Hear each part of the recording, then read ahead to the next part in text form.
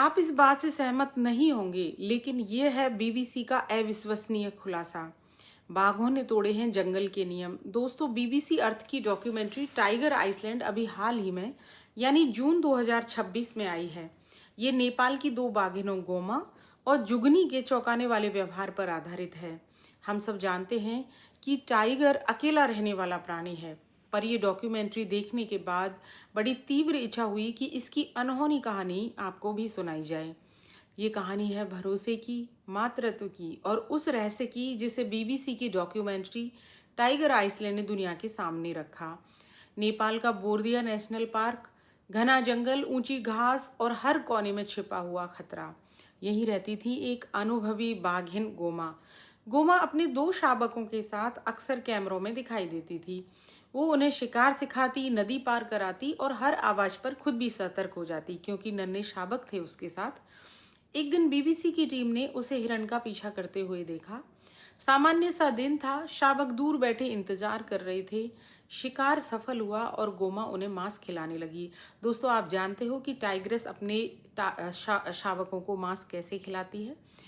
Team को लगा यह तो एक सामान्य बाघिन की कहानी है। उन्हें नहीं पता था कि असली कहानी तो अभी शुरू भी नहीं हुई है।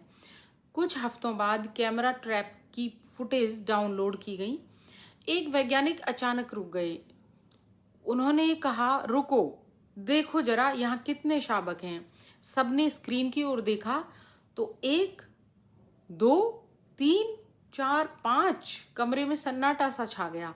गोमा के पास पहले केवल 2 शावक थे, फिर ये अतिरिक्त 3 शावक कहाँ से आए? कुछ लोगों ने कहा शायद गिनती में गलती है, लेकिन फुटेज दोबारा देखी गई। फुटेज साफ थी। 5 अलग अलग शावक थे गोमा के पास। अब सवाल था, क्या गोमा ने किसी दूसरी बाघिन के बच्चों को अपना लिया है? ड्रोन द्वारा ऊपर से पूरे इलाके की निगरानी शुरू हुई।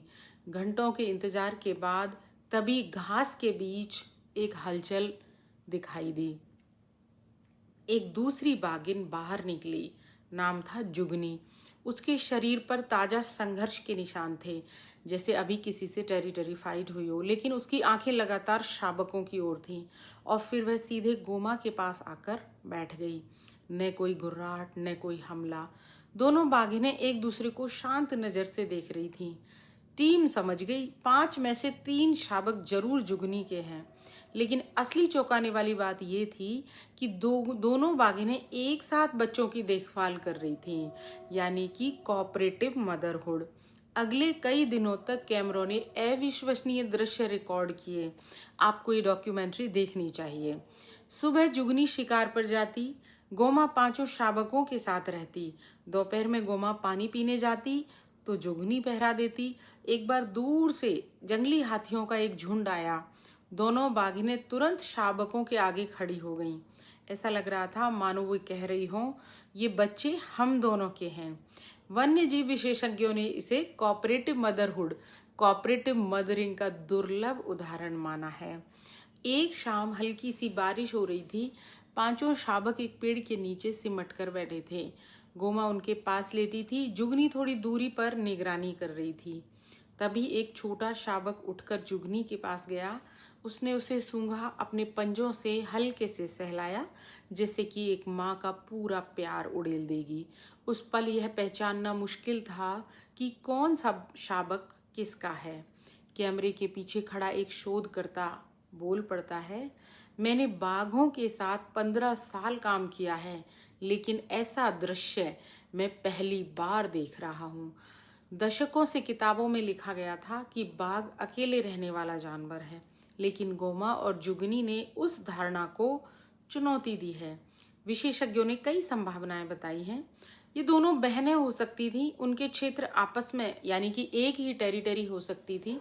शावकों की सुरक्षा के लिए सहयोग अधिक लाभदायक उन्हें महसूस हुआ। जो भी कारण हो, एक बात तो स्पष्ट थी कि बाघ हमारी सोच से तो कहीं अधिक सामाजिक हो सकते हैं।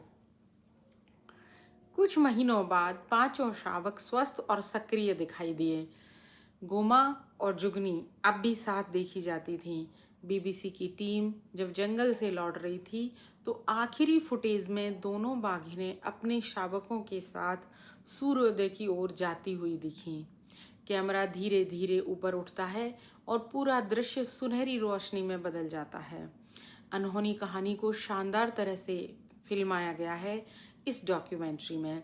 डॉक्यूमेंट्री देखने के बाद से ही मैं लगातार यही सोच रही हूँ कि जंगल हमें हमेशा यह सिखाता है कि ताकत ही सबसे बड़ी चीज़ नहीं होती, कभी कभी सबसे बड़ी ताकत होती है साथ रहना।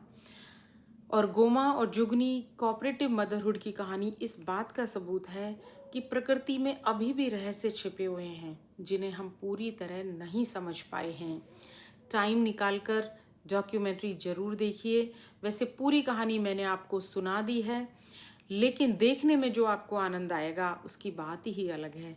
कहानी अच्छी लगी तो वीडियो को लाइक करिए, शेयर करिए और चैनल को सब्सक्राइब करिए, क्योंकि मैं लेकर आती हूँ ऐसे ही रोचक किस्से। वीडियो में बने रहने के लिए धन्यवाद।